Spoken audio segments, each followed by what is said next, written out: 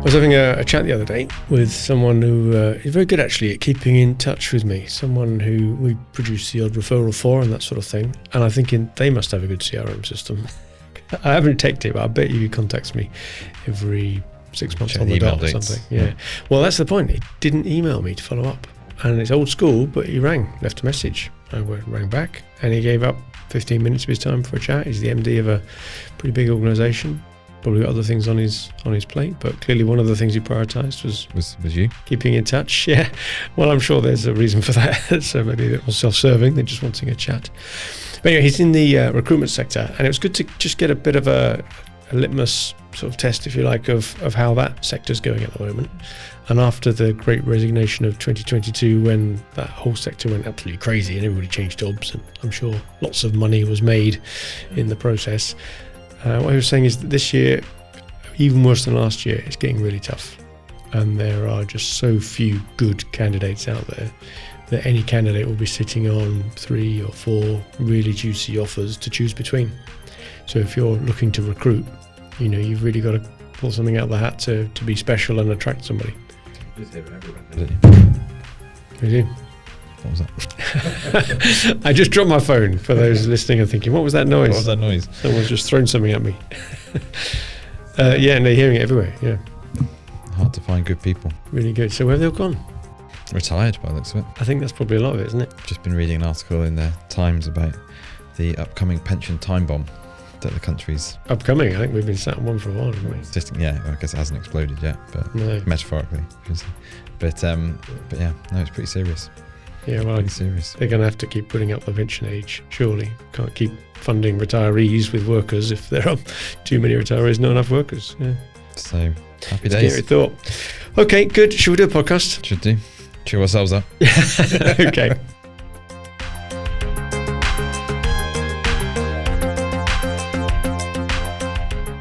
Hello and welcome to the SME Growth Podcast from Wellmeadow. Every week we try and come up with some interesting stuff to talk to business owners and managers who are trying to grow their small or medium-sized enterprises. And this week is no exception. We've got some good stuff for you. It's a continuation actually of a previous podcast we've done. If you've just seen that on the list of podcasts and chosen this one to click, it's to do with the behavioural traits of successful CEOs. So that's what we're talking about today. I'm Dave Parry, and with me as ever is Rich Buckle. Good morning. Good morning. Here we are again. Good morning. Here we are again. Yeah. So we had a little intro there about the state of the recruitment market. That's quite interesting, just to see how that's coming up. Just wondering what else is in the news at the moment. I think next week will be a bigger one on that because it's the spring statement. So we'll see what the Chancellor, Mr. Hunt. Giveaways we've got.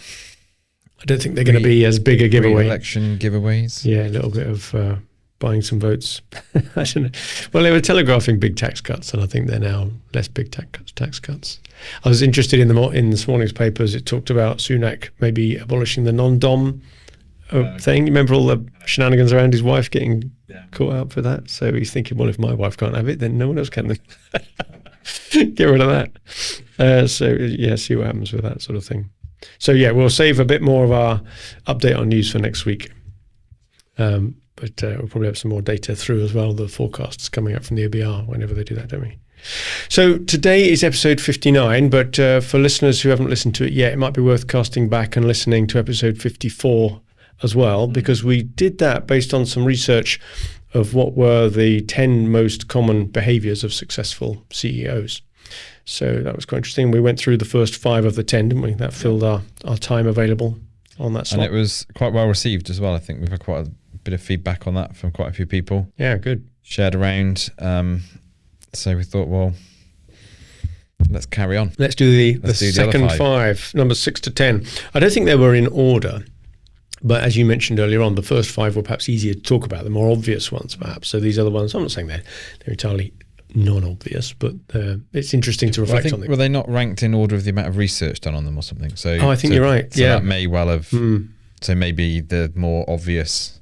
It's more talked about. Yeah. subject areas get more research. Or yeah. So just a quick recap then. I'm looking at my notes here, what we talked about last time. Strategic vision, perhaps not surprisingly, came out as one of the most researched. And you've reminded me that's why that came out at number one. So we talked about vision as a leader, having a vision and strategy. Emotional intelligence. And in fact, that was one of the points that picked up quite a bit of specific feedback, wasn't it, from listeners, that actually high emotional intelligence can make it harder to make difficult decisions. And a lot of people, for a lot of people, that did strike a chord. It's probably subject to another podcast, which we probably Could need be to a get whole a guest podcast on, in it, because I'm not sure we're known for our emotional intelligence. Well, it's funny enough, one of the bits of feedback I had was from an ex-military person, someone who'd been in the army, is now quite a senior manager, and he was saying that given the army is quite notorious for perhaps not having very good emotional intelligence, they're quite good at making fast decisions. And now when you come into the corporate world, that has to be turned on its head. So that was number two. Number three was decisiveness, and how decision was about the speed of decisions and the quality of decisions. I mean, we weren't sure whether to put that one on the list or not, were we? But we couldn't make our mind up, could we? I knew you could do that. Sorry. I used to be indecisive. Everybody. Sorry. You didn't see that coming. Adaptability and flexibility.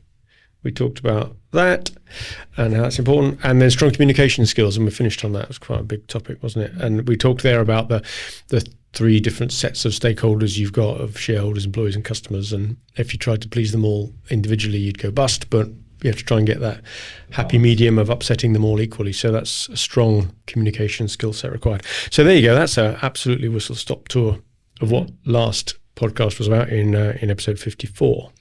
So let's talk about the next set then, because these trigger some interesting thoughts. What was number 6? Number 6 was ethical leadership and integrity. So now, you'd think this was, well, it's obvious that you've got to take it into account, right? The question is how correlated that is to having a successful business. And I suppose there is that, I don't know, if you went to what's that kind of persona of a fat cat or someone who's just taking all the money, taking all the profit, and there is a certain short-termism perhaps that is characteristic of some, that portrayal of a fat cat business person who's just making all the money for themselves. But I think that really has changed over the past 20, 30 years. I think there's a lot more focus now on integrity and ethics within, I suppose, after a number of corporate scandals, Enron, stuff like that, isn't it? Things, those big ones that really brought the spotlight onto, okay, what does a successful company look like? Is it just about making money? And I think we're moving away from that quite rapidly. Yeah, and there's quite a consumer backlash, I think, for companies that are perceived not to pay their taxes, for example, let alone more esoteric edge effect type things you can do on CSR. But people I know won't buy from Amazon because they don't perceive them to be paying their taxes, or won't go to Starbucks for the same reason, or whatever. I think maybe then from a leadership point of view, so a lot of, I would say, the ethical leadership integrity piece is probably tied in quite a lot to authentic leadership, and that whole body of work around the fact that the role of the leader or the role of the CEO is to embody the values, embody everything about the company, so that people follow by example, or lead by example. So it's and there's a huge body of work on authentic leadership. I mean, that could be a podcast in and of itself, but it's but the essence of that is that it has to come from the top, and it can't be faked. And I'm not sure if it's faked or not, but you're saying it's been around for the last couple of decades. I would say that at the beginning of that era, it was a bit more of a box-ticking exercise when things started coming in. I don't think managers had really fully internalized the need, and they felt they were doing it for some other purpose. But I was talking to a friend of mine, Pete, who works as a senior manager in a large American-owned company, but here in the UK. And he was saying that the pressure to make sure that everything they can show that they do on CSR, corporate social responsibility, is evidenced and is authentic, is absolutely coming from the top. And I think there's a sense there that not only are senior managers incentivized on that now as much as they are on share price going up, but unless a company, especially some of these more active stock markets like in America, unless a company can evidence that it's really taking this seriously, they don't make it onto the list of ethical investable funds. And given that there are an increasing number of investment funds out there that pride themselves on only making ethical investments, they will include certain criteria around what your CSR credentials are. Well, I'm fairly sure if you scour the YouTube clips, there's one of, is it Larry Fink, who's the founder of BlackRock? And he's very much saying, we're going to force the changes that are needed from an ethical point of view. You can decide whose ethics they are. Leave that to listeners' discretion. But there's an awful lot of pressure coming from the likes of BlackRock and Vanguard, especially for these listed companies, to say, right, these are the prescribed behaviours that we want to see in your business. You won't get investment. And it's phenomenal. If you look at their holding in these companies, ridiculous. So there is that. So it's a very direct link now, isn't it? It's not just a nice to have if it was ever perceived as such. It can cut off funding and affect the share price if companies are trying to translate it to a real world impact, as well as just being the right thing to do. But I think if you strip all that away and say, well, should your leaders of your organisations be ethical and have integrity? Well, absolutely yes. Like who would want to be led in an organisation by someone who didn't have those? And yet things? historically, that's not necessarily been the case, which I guess is why they've needed a movement like this to make that change. That this isn't just about making money at any cost. The paradoxical bit of research, though, that came out of it was that for companies that don't necessarily operate very ethically or have much more short-termist views, can show higher returns in the short term. It's just not a very good long-term strategy. Anybody can sharp elbow their way into a market position, or I suppose take advantage of a market position on pricing, for example. But it gets remembered, doesn't it? And when given the choice and the dust settles, I think customers tend to remember that sort of thing and would rather give their support to a company that they feel shares their values. Yeah, I suppose you could talk about things like, the Quakers and, back 100 years ago or so, where your Cadburys and your other Quaker Oats or whoever, that they were all set up around that ethical leadership integrity principle of making sure that everybody had, access to housing and workers had benefits and all that type of thing. Kellogg's and all that, and so all sorts. Okay, so that was number 6 then. Number 7. Now we touched a bit about recruitment earlier on, but this is more about building a team once you've got the team, so you've recruited them, but building talent and investing in your people. And I think this is perceived often as quite a costly thing to do by companies, because you're giving people time off from their value creation activities in the day and paying for them to go on a course or whatever it may be, or spend some time shadowing someone else or whatever. But increasingly we talked about the difficulty of recruiting talent and attracting the right people. This is something that's definitely on the list of candidates. What sort of development opportunities are there going to be for me? So you have to prioritize that now and invest in your team.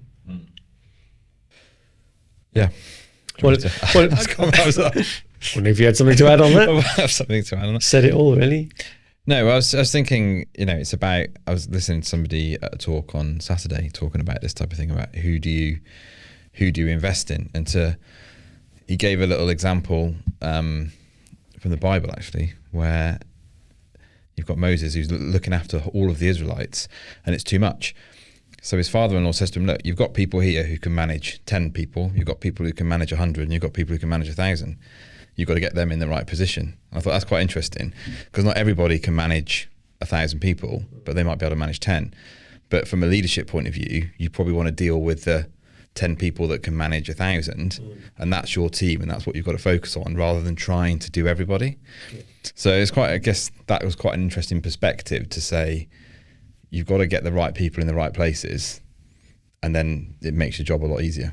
And do you think someone who is known by you as being able to manage 10, do you think that's just who they are and it's a hardwired personality thing, or can somebody be developed into then managing 100 or 1,000? I think they can be.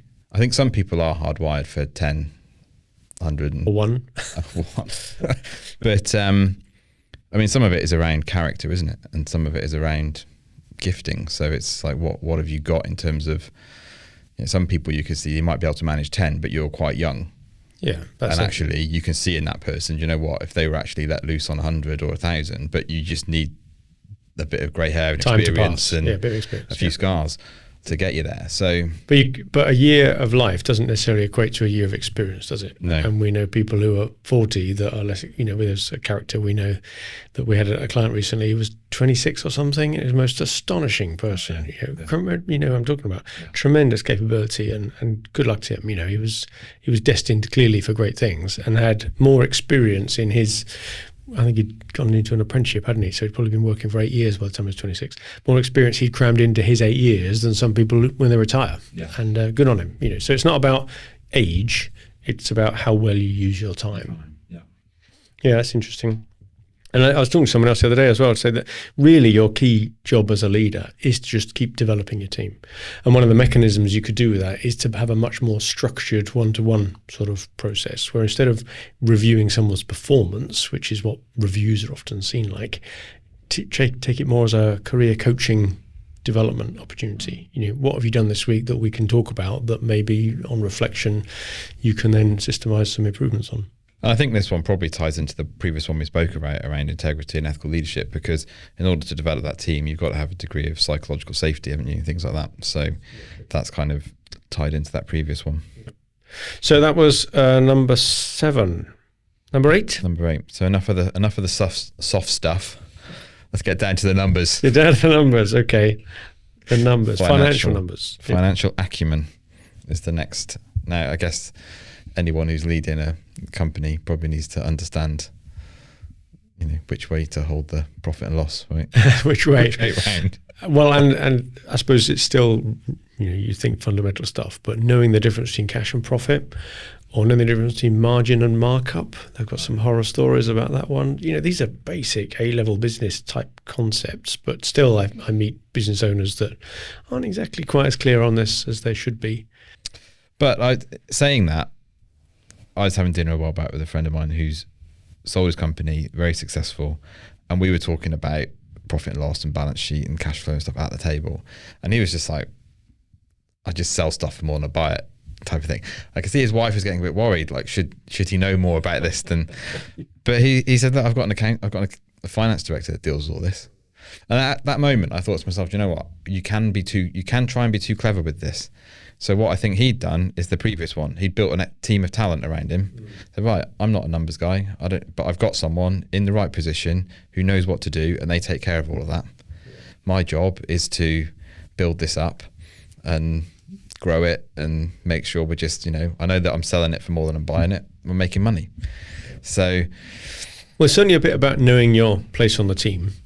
And I remind you, last night I was around at some friends, and Wolves Brighton were on the telly. Last closing minute, Brighton needed an equaliser. The goalkeeper came up, happened to have the ball land at his feet, and he absolutely hoofed it nowhere near the goal. It's not the goalkeeper's job to score the goals, right? You do want them to have a safe pair of hands. So you're absolutely right to some extent that you need to make sure you're sticking to what you need to be doing and not getting too deeply involved in whatever it may be. But I have seen some horror stories where MDs, business owners, trust the judgment and knowledge of the FD too much. I'm not suggesting fraud here. I'm just saying bad decisions, and finance people tend to be a bit more conservative than your gung-ho entrepreneur. And so if you leave too many of those detailed decisions unchecked or at least undiscussed, then you can run a very safe ship. And I remember there was one business where the FD every month would come along saying, we're running out of cash, we're doomed, we can't do anything. And so no one would recruit, no one would invest. In fact, they were sat on a fairly tidy pile of cash, but to keep it safe, if you like, it would be squirreled away and reserves made and all sorts of things. So I think you need to know enough about it from a business owner's point of view to have a good discussion with the finance guy. I remember once I took a job on as well, and the very first thing that the FD did when they called me in as the new manager was to say, I've looked at your CV, I see you've got an accounting qualification, so I'm immediately going to fess up with all the stuff that we've been doing to hide some profits in provisions, because I know you're going to find it anyway. So if nothing else, at least making your FD aware that you do understand enough to be dangerous, just explain it to me and let's have an open discussion. Maybe a point to make on that as well is one of the things that we found on the financial acumen side of it is that many people on the board of SMEs maybe don't quite have the financial knowledge that the FD has. Well, you'd probably hope they didn't, but you'd hope the FD has got a bit more. But how that data is presented. So one of the things that we've come up with over the years is this kind of graphical P&L KPI viewer, which actually tries to tell the story from lead through to cash, but with the financial data. And that has been very beneficial to quite a few people who perhaps don't have, official formal accounting qualifications or education. I remember telling that story to people often, because the FDs, when they see our approach to presenting that, are almost quizzical as to why would you need to present it in a graphical, pictorial way? Because surely everybody's got the data, they can read it. And yet, barring the FD, nearly everybody else around the table says, oh, that's amazing. I can now see it. It's great. So yeah, there's some examples of that, I think, on our website on there. If not, we'll put something up. But you're right, that's come across very well in terms of explaining it. And the side kicker for that story is that so many of those directors who then came out and said, I can now understand it, admitted when pushed that they didn't understand it at all before. Yeah. And they just sort of went to sleep a bit during the finance section and left the finance guy to get on with it. So for those people, I'd remind them to read the Companies Act again and remind themselves of their duties of a director, that even though the FD is expected to have a greater sense of awareness, all directors are collectively responsible for the finances. So know your numbers. Know your numbers. So that was number 8. I don't know numbers. So the next one's on innovation and risk taking. Yeah. And we made this comment just now, didn't we, that if you're too conservative, you don't invest, you don't speculatively recruit, you don't take advantage of opportunities as they come by. And that a lot of business decisions are effectively bets. No one's giving you a guarantee that something that you do is definitely going to pay back or give you the returns that you want. You have to use your best judgment to pursue the success of the company. So you've got to have a certain amount of risk appetite, but don't go too far. And I guess that's why a lot of research has been done on this area. Where is the balance? Just enough risk taking. Don't be too conservative, but don't bet the farm. Well, there was a HBR podcast where they talked about this, and they said that CEOs tend to be a lot more risk averse when they're kind of new into the role. But actually, as many as 45% of them had not only made a mistake, but a major career blow up. Yeah. And that boards actually do want to see someone who's had to deal with a tremendous amount of pressure, and the fact that an individual is able to describe, explain, and own up to the failure. Now, it talks there about the paradox from that is that there's a disconnect between selection processes and successful traits, because generally it is perceived by, and maybe recruitment boards, sub-boards within big PLCs tend to look for a good solid background without those blow-ups. And yet, as you say, in that research, they found that the most successful CEOs had something pretty major go wrong in the past. And that's where you get your learning from, right? If you haven't had at least a near miss, then you don't know quite what to look for. And some of it is around how do you make decisions, isn't it? If you've got a good process, I think we touched on that maybe on the last time, didn't we? Talked about decision making, Jeff Bezos and all of that, and just that kind of how do you make decisions? What data have you got around you? Those sorts of things, and that can help with some of the risk or mitigate some of the risk taking. Well, you're right. There's almost a quasi-science, I suppose, around it. And Bezos is famous for asking everybody on his board to put together their papers and read them through and all that sort of thing. But at some point, you just have to decide whether to leap or not, don't you, based on incomplete information. Well, I heard someone talking yesterday about saying you can't live two lives. So if you make a decision, whether I buy the blue car or the red car, well, if I buy the blue car, then I can't live a parallel life where I buy the red car and maybe my life was better. Right. So you just have to you go with something with the best information that you've got around you, and that's life, isn't it? That's you got to do it. And I remember giving this sort of story to some 18-year-olds I'm talking to about their choice of universities, that you don't often meet someone who's chosen a university and then in reflection says, I chose the wrong one, because they've only been to one, right? Unless you do a second degree, you can't leave that parallel life. So people who go to one, enjoy it, make the best of it, and that's what they know. There's no point getting too anxious about it in advance.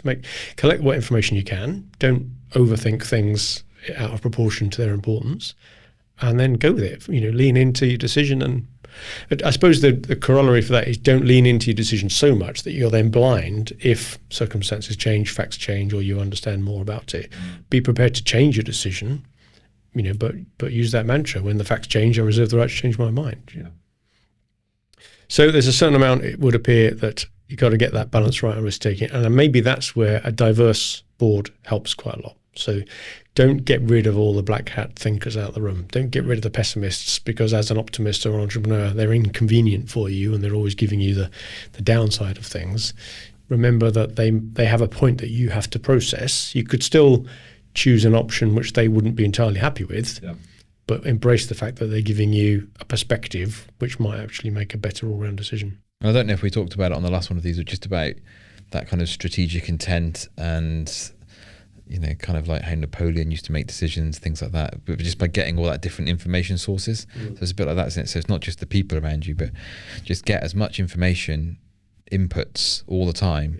And sometimes you think, well, why am I learning this? What's this? And then 6 months down the line, oh, okay, that thing that I read or that thing that I watched or that person I spoke to comes together. And that was one of the things we were talking about before, about that networking element of the role of a leader is to be out there connecting. That reminds me, I watched Margin Call the other day on your recommendation. Can't believe I haven't seen it before. Spilt milk under the bridge. Spilt milk under the bridge. That's Jeremy Irons' character, isn't it? And another thing that he said is, I don't do anything around here. I'm paid more money than all of you are because I make the right calls. Yeah. And that's all he has to do, is work out which ways, he said, I can't hear anything, it's gone silent, blah, blah, blah. So that's the key thing about a leader. Good film, isn't it? It's a great film. Yeah. Really enjoyed it. Yeah. So thanks for the recommendation. And there's just a few points in there that you think, actually, that rings true. I get that. Someone at the top has to be paid to just make the right call. They may not be, sweating out at their desk all day long, churning out reports or doing things that you can bill, but making those big calls is more valuable than all of that if you get it wrong. So that was number 9. So number 10 is resilience and perseverance. Have we persevered to number 10? I think our listeners may have. If any of our listeners have made it to number 10, you have perseverance. Well, I guess this is on the back of all those other things there, that sometimes things in the short term don't work out and you can give up too easily. No, okay, you can also carry on and flog a dead horse as well and stay too long with something. But you do get that sense that people may have fantastic business ideas or cracking positions in a market, and they never quite hung out for long enough. Maybe short of funding, maybe they just run out of money, in which case maybe there were some decisions they could have taken earlier to give themselves a bit of a longer runway or go for another round of funding. Well, one of the findings from the research was that they said that resilience in leadership is less about enduring and more about strategically adapting to adversity, often involving significant changes to personal leadership styles and organizational strategies. That's the pivot theory, isn't it? Yeah, sort of carry on, but in a wiggly line. Don't be like an exocet. You're just going straight line, come what may. Listen, look, keep an eye on what's going around you and adapt. Jim Collins of Good to Great fame. They did a lot of research on 5,000 companies or something, massive amount. And they identified traits of leader, level 5 leaders. So we had these kind of level 1 up to level 5 being the highest, I think it was that way around. But the 2 traits that he said were the top leadership traits was resilience and humility, which I thought was quite an interesting combination. Resilience and humility. Yeah. So being prepared to admit mistakes, apologize, that sort of thing. Listen, not have all the answers, but also still have the grit to see it through. And sometimes be prepared to stand up and make the call when nobody around you wants to. Yeah. And there's a couple of clients I've got that spring to mind straight away on that one, where lots of people have an opinion a bit sitting on the fence, like, they're able to see one side and the other side. But the leader is aware of that as being a problem and just listens to everybody in the room and says, right, now we're going to make a decision. I'm going that way. Yeah. And everybody nods because they feel that everything's been listened to. But someone has to stand up and make that decision. And I guess that's part of this. You persevere, don't be daft about it. Yeah. Listen to what's going on, see what's happening. You can walk with kings and the common man. Rudyard Kipling. Yeah. Suffer all that knaves and things. Yeah. If you can suffer the knaves, then you'll be fine. That's a lasting piece of advice from the SME Growth Podcast. Suffer the knaves. I should know my Kipling better. Not being properly educated or brung up. I haven't got Kipling off the tip of my tongue. Good. Okay, so 10 traits there then that research has shown come up as the top 10 when looking at the behaviours of successful CEOs. Not all surprising, but interesting insights to some of them. And some careful watchwords there, I think, as if you take any of them too lightly or too seriously. Yeah. Good. Well, thank you very much. You're good. That's another episode of the SME Growth Podcast. Thank you very much for listening. Please tell all your friends about it and share it. Next week, it will be the spring statement, and we'll have a guest on, an accountant as it happens, so we'll be discussing a bit of that. But also, we'll be talking through some experiences that he has for businesses that he's helped in the past that haven't succeeded. And these sort of subjects have often been some of our most popular topics on the podcast, where people can learn from maybe other people's mistakes. So stay tuned for next week and listen to that. And in the meantime, good luck with your business.